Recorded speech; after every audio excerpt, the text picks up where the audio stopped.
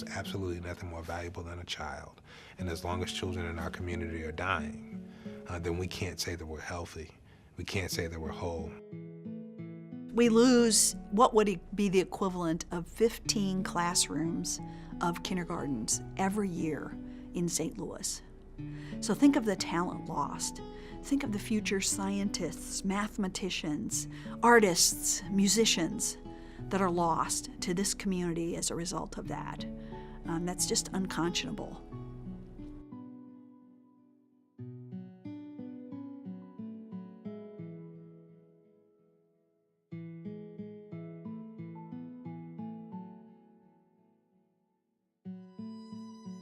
It affects the health of your baby if the local urgent care is 25 plus miles from where you live and you don't have transportation.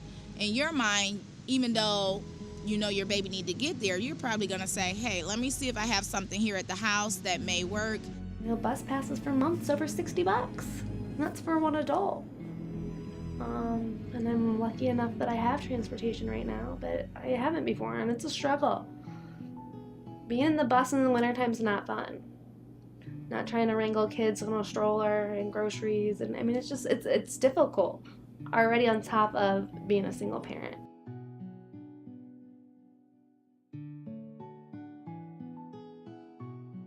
You don't have access to a grocery store. You have to go to a convenience store. But the convenience stores, they're much more higher. They're higher than the average grocery store anyway. And they do have baby milk and they do have things for a baby, but they may be even higher. You might not have that much money. We have to walk miles away because of the stores are closing down. We struggling over there. We don't have no type of grocery stores over there. The city health department has looked at the quality of foods in the corner stores, and they're substandard.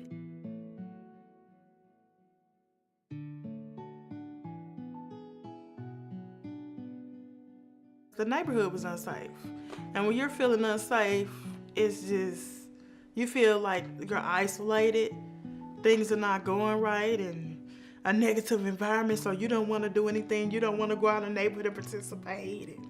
The physical environment in which we live directly impacts our health. Living in a community that's been disinvested in, so the buildings are not cared for, they're falling down. Best is you take care of your property to clean your house, but next door is falling apart.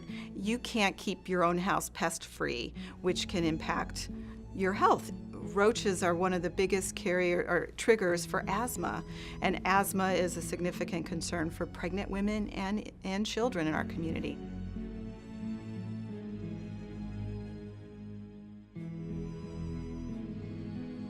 It's not a lot of jobs where people are doing anything they can do to get by right now. If it was more jobs that people can go to a 9 to 5 and they able to work, then the crime rate will go down and maybe it won't be so much stuff happening right now. These are communities that at many times at once were vibrant.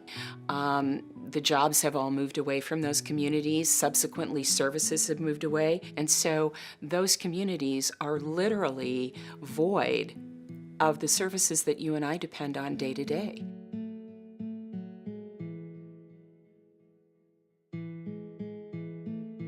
Ultimately, racial inequities in how we manage our policy, how we invest in neighborhoods and communities have an impact on the health of people. We've also seen other studies that suggest that just the institutional manifestations of racism that have to be dealt with among African-American parents, African-American women in particular, have health impacts on their lives, such that even inputs like education, which are social determinants of health, can't turn those around. So we see similar health outcomes for African-American moms who have graduate degrees to white moms that have high school degrees, high school diplomas.